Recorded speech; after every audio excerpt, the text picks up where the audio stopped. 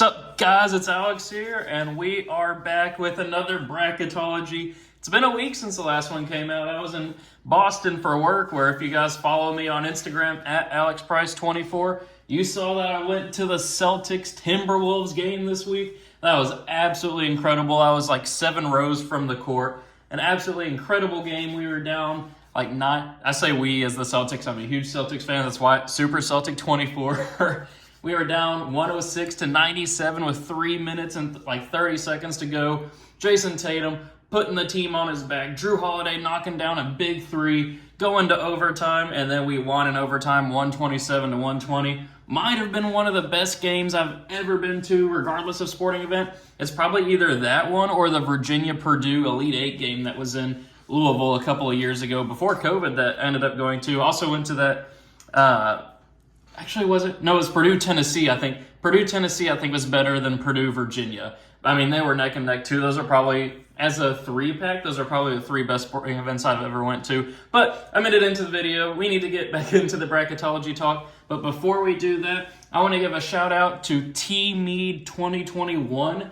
Thank you for joining the Noti Gang. If you want a shout out in the next video, make sure you're subscribed to the channel, hit that like button, turn on those post notifications, and comment down below Noti Gang. I'll pick a random person who comments that in the comments and give them a shout out in the next video that I do. So, since the last video that I made, we have had an absolutely crazy week of college basketball. I mean, if you guys are watching this video, you're huge into college basketball, you know what I'm talking about. 4 out of the top 5 teams lost this week. We had Purdue falling to Nebraska. That was a huge win for the Cornhuskers. We had Kansas falling to UCF. We had Tennessee falling to Mississippi State. And then, we had Houston falling. Oh, gosh, I can't remember who Houston lost to. But anyway, Houston ended up losing a game to, I believe it was Iowa State, if I remember correctly. But it was absolutely crazy. It was in a span of like 24 hours too. One was on Tuesday, or 2 were on Tuesday, and then 2 were on Wednesday. Just an insane craziness in college basketball. March Madness is coming early. This is like January Madness here. But it is great to see. The parity is great to see. Anything can happen in the NCAA Tournament. Even you can read this little blurb here. Princeton might be 27-1 by the time the tournament rolls around. Just some absolutely crazy things. But taking a look at the bracket watch, we have Purdue, top overall seed there. First team out is Wake Forest, and then the last team in is Seton Hall. So it's getting testy. I mean, we're right in the thick of conference play season. It has been crazy to see some of the results that have happened so far. A lot of surprise teams, a lot of teams like Gonzaga who are starting to fall off, losing to Santa Clara. When was the last time Gonzaga's lost to Santa Clara? But taking a look here at the bubble, last 4 byes are Northwestern, who I believe beat Michigan State earlier in the week. I know those 2 teams played. Then Providence, which, I mean, they're honestly probably going to fall out of the tournament. Sucks that Bryce Hawkins tore his ACL. That's really tough to see, and I just don't think that team outside of him is going to be talented enough to make the tournament. Ohio State and Texas. Last 4 in are South Carolina, Colorado. South Carolina got blown out a couple of days ago. Cincinnati and Seton Hall. First 4 out are Wake Forest, Miami, they were the number 8 team in college basketball back in November when they came to play Kentucky. I'm not saying Kentucky did anything, but they just lost at home to Louisville, which Louisville, I mean, the name is better than the program. I mean, everybody knows about kind of Louisville and Kenny Payne at this point. That was Kenny Payne's first road win in 2 years at Louisville. They were like, number 250 or something like that in the net rankings, and that's a home loss for Miami, a devastating loss there. That's going to be a bad loss on their tournament resume. James Madison, who is no longer the automatic qualifier out of their conference for the time being. And then Texas. So both Miami and Texas, and even Virginia over there in the next 4 out, big disappointments here in the actual season. Preseason favorites there. I think Texas was a top 10 team in the preseason, but now out of the tournament as of this writing. And then the next 4 out are Indiana State, TCU, Kansas State, and Virginia. So a lot of Big 12 teams here on the bubble. Virginia now 8 teams out of the tournament. They are not playing good basketball here lately. So taking a look here at the movement, we got a lot of movement to talk about. Oklahoma's down to a 5. I called them frauds in the last couple of bracketologies, and I feel vindicated in that. Marquette down to a 4. They've been falling off. That's a team I have been wrong on this year. I was high on Marquette at the beginning of the season, but they are not playing well lately. Princeton up to an 11.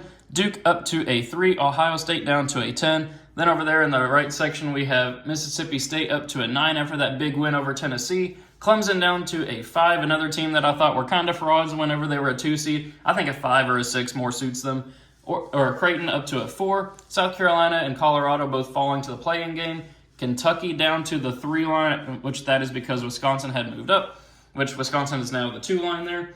Then if we scroll down to the East Regional here, we have Michigan State down to an 8, Texas A&M down to a 9, BYU down to a 5, St. Mary's new to the field there, Cincinnati down to an 11, Seton Hall new to the field. Then over in the West Regional, we have Arizona up to a 1, St. John's up to an 8, Nebraska new to the field there as the 9, Drake new to the field as the automatic qualifier, San Diego State up to a 4, High Point new to the field as the automatic qualifier, Colorado State down to a 6, Northwestern up to a 10, and then Kansas down to the 2. So Arizona and Kansas swapping spots on the 1 line there. Now we will go ahead and take a look at the Bracketology. Last Bracketology did really well, had like 1.7 thousand views just out of nowhere. But if you guys haven't watched this channel before, if this is the first Bracketology you're watching, every time that a Bracketology comes out by Joe Lunardi, I go to vertex42.com, download their Excel template bracket, which I just have it saved on my computer at this point, and then just update the teams based off of who Joe Lunardi has and where. This kind of file automatically kind of moves things forward so you don't have to write it, that sort of thing. There used to be a thing called Brackify, which is a lot more visually appealing with logos and stuff, but that site got shut down, so this is the best that I can work with at the moment. But if you guys know of anything better, a little more visually appealing, please let me know in the comment section below. So now 6 minutes into, or almost 7 minutes in the video, we are finally going to get into our picks here. We're going region by region, and then of course once the actual tournament video comes out, we'll go round by round. But up first, we'll start with the top left. Purdue is going to beat the winner of Eastern Kentucky and Lafayette. Calling it now. There may be an upset that happens like Fairleigh Dickinson, St. Peter's, North Texas. It's well documented about Purdue's tournament struggles. Then I think that Ole Miss is going to beat Gonzaga. When was the last time Gonzaga was beat in the first round of the NCAA tournament? There's a chance they might miss it this year. But then I'm going to go with an upset pick here, 12-5, McNeese over Oklahoma. McNeese has a pretty decent tournament resume right now. They went and beat Michigan. I think there's another good team earlier in the season that they beat. Can't remember who it is off the top of my head. But I think that Oklahoma just is not what people think they are. McNeese had going, I want to say, to like the Sweet 16 or maybe even Elite 8. And a few bracketologies ago, I got the upset pick happening there. But we're going to go with Marquette over Samford. An upset pick here with Princeton over Florida Atlantic. Florida Atlantic just has not looked the same lately. I don't know what's been going on with them. On the 6th line now, barely survived Tulane a couple of days ago with a questionable foul call there at the end, but Tulane fans were probably up in arms about that. But Princeton, Joe Lunardi talked about them in that blurb that we showed earlier. I got Princeton moving on. Then Duke over Vermont. Ohio State pulling off the 10-7 over Nevada. And then we're going to go with Tennessee beating Troy. So, first spot in the Sweet 16, we got Purdue advancing on here past Ole Miss. Marquette, I do think, gets a favorable draw here to make it to the Sweet 16. Duke will beat Princeton, and then I'm going to go with Tennessee over Ohio State. So we had some first-round upset picks there. 3 double-digit seeds advancing in the second round, but they all fall there. Oh, actually, I meant to pick Tennessee. I don't know why I picked Ohio State. There we go. So for a spot in the Elite Eight, do think that Purdue is going to handle Marquette at this point. Then we're going to go with Duke upsetting Tennessee. I don't really know if that's an upset per se as a 3-2, but I think that they'll be able to win that matchup, which sets up Purdue and Duke. I'm actually going to go with an upset pick here. I'm going to go with the Duke Blue Devils. I can't pronounce it. You guys know who I'm saying. I think he has the size to compete there with Zach Edey down low and kind of limit his contributions to the game. Duke's been playing very well lately. I got Duke advancing out of that region, taking up the top overall seed in Purdue. So we're going to go to the top right regional here. Houston moving on past the winner of Merrimack and NC Central. Mississippi State pulling off the slight 9-8 upset over Utah. Though, give credit to Utah. They beat UCLA, 90-44 a couple of days ago. They're definitely a team to keep your eye on. Clemson, I do think will beat Oregon after all that crap I talked about them. I do think they'll win that matchup, which that would be a great NCAA football matchup there. Then we're going to go with Creighton beating Akron. Dayton trouncing the winner of South Carolina and Colorado. Kentucky beating Drexel. Texas Tech falling to Utah State there. I think Utah State pulls off the victory, and then Wisconsin beating Jacksonville State. It's only one upset so far, but that's just this regional so far in the first round. Crazy things might happen. So we're going to go with Houston, though, moving on to the Mississippi beating Mississippi State after I say crazy things might happen and then picking the 1 seed. Then we're going to go with Creighton moving on past Clemson. Kentucky beating Dayton, though. That would be a fun kind of somewhat regional matchup there. And then Wisconsin beating Utah State. Then for a spot in the Elite Eight, I am going to go with Houston moving on there. I do think they'll beat Creighton, but I'm going to go with the 3-2 with Kentucky over Wisconsin. I just think Kentucky's the better team. At this point, they've been playing very well lately. Kentucky and Houston, I got Kentucky advancing on to the Final Four out of that regional. So we got 2 3 seeds out of 2 regions so far. 1v3s in both Elite Eights, and I got the 3 seeds advancing on. So then we'll go down to the bottom right regional here. UConn will beat Southern, I believe. Maybe we'll see another first-round upset. Don't think it's going to happen there. Michigan State will beat Texas A&M. Then I'm going to go with an upset pick here. I'm going to go with St. Mary's 12-5 over BYU. This is kind of an old rivalry game there. It used to be in the WCC West Coast Conference, but now that BYU is in the Big 12, those 2 teams don't play each other every year, and that's why they get to play in the first round. And I think St. Mary's wins that kind of rivalry game. Baylor will beat UC Irvine. Then we're going to go with Seton Hall beating Cincinnati and then beating Alabama there. Illinois will beat Morehead State. Then we're going to go with Iowa State beating Providence. We've already talked about Providence. I feel so bad for them. And then North Carolina beating St. Peter's. We won't see another Peacock upset there.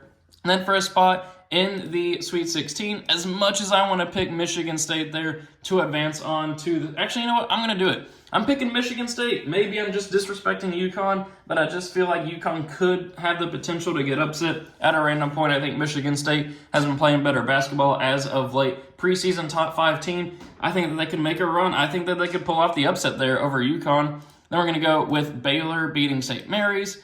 Illinois beating Seton Hall, though I'd love to see Seton Hall pull off an upset there. And then North Carolina beating Iowa State.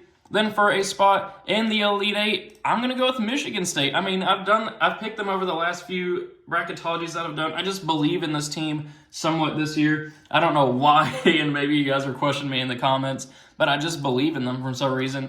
Then I'm going to go with North Carolina beating Illinois, Michigan State, North Carolina, 2 historic college basketball programs. I got North Carolina winning that matchup, though, and advancing on here to the to the Final Four and just taking a look at it. We got a blue blood Final Four going. We'll see what happens here in the final regional. Then we're going to go over here to the bottom left where we're going to have Arizona beat South Dakota State, Nebraska pulling off the 9-8 upset over St. John's, Memphis hanging on against Drake, San Diego State beating High Point, Grand Canyon pulling off the 11-6 upset over Colorado State, Auburn beating Oakland. Ooh, Villanova and Northwestern. I might go with Northwestern pulling off the 10-7 upset there. You know what I'm saying? And then Kansas beating Eastern Washington. Then for a spot in the Sweet 16, I'm doing it. I'm picking the Cornhuskers of Nebraska. They just beat Purdue, the 1 seed. Why not have it happen again with Arizona? Arizona, after I believe they had lost to Stanford a couple of weeks ago. I just feel like they're a team that could win the national championship. They're also a team that could lose in the second round.